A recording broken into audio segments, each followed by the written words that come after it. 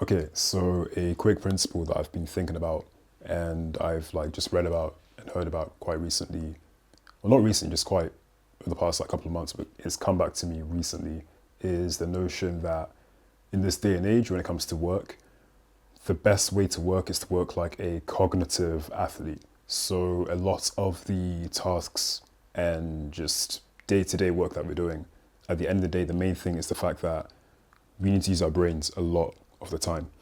I think before it was used to be a lot more about manual labor or other ways of working, but nowadays your ideas, the amount of focus, attention, and just more mental clarity that you have, the more productive you're going to be and the further you're going to get in terms of workload. So what does that really mean? How do we use this information to be more productive, to get more stuff done? And I've written some notes on my phone in terms of that.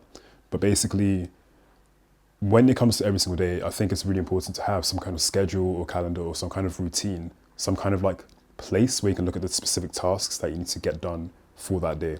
This is the equivalent of going to the gym or an athlete going to the gym and he's got a workout routine that his coach has given to him or given to them, or just some kind of instructions telling them what to do, where they can track what they're doing, they can track their previous performance, and therefore from that information they know what areas to focus on, where it's improving, how to make progress. We need that for ourselves as well. So first things first, the basics, having a calendar, having a to-do list is a non-negotiable.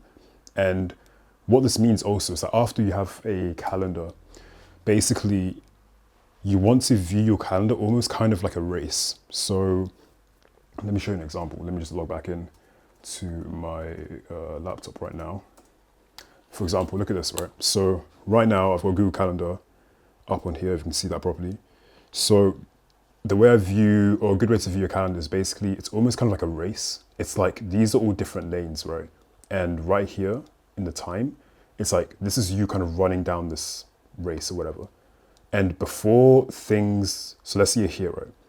Before things run out, right? You want to finish the task before, I guess, it disappears from the screen. You want to finish the task, aka on time, right? So I guess the way I've kind of, I'm a very like visual person. So in terms of everything, I need to like see it in my head.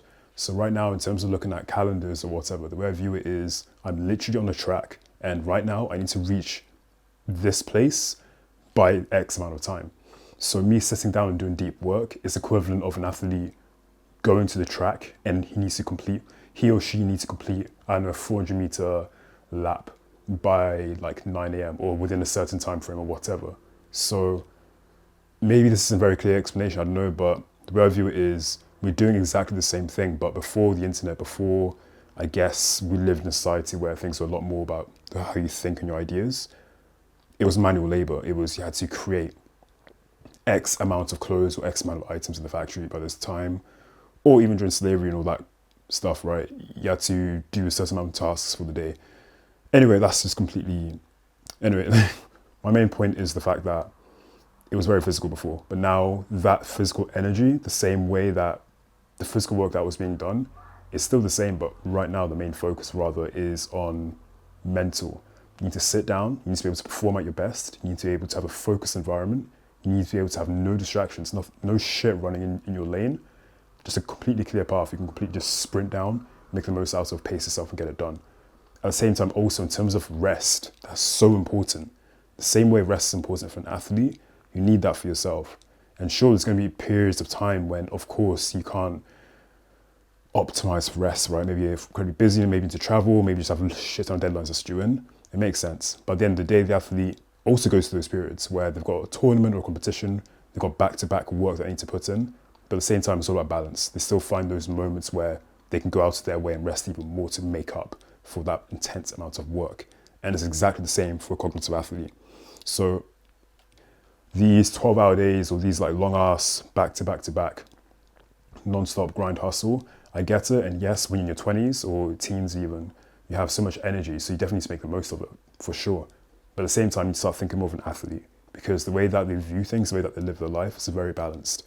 And because of that, they're able to perform even better, get more done, get more results, become the best version of themselves. So the way that I view it now, or rather I have been over the past few months, has been more of, it's not just about doing deep work. It's not just about meditating, or it's not just about thinking of these best ideas or going for walks and doing all that kind of stuff. It's more about living the life of a cognitive athlete.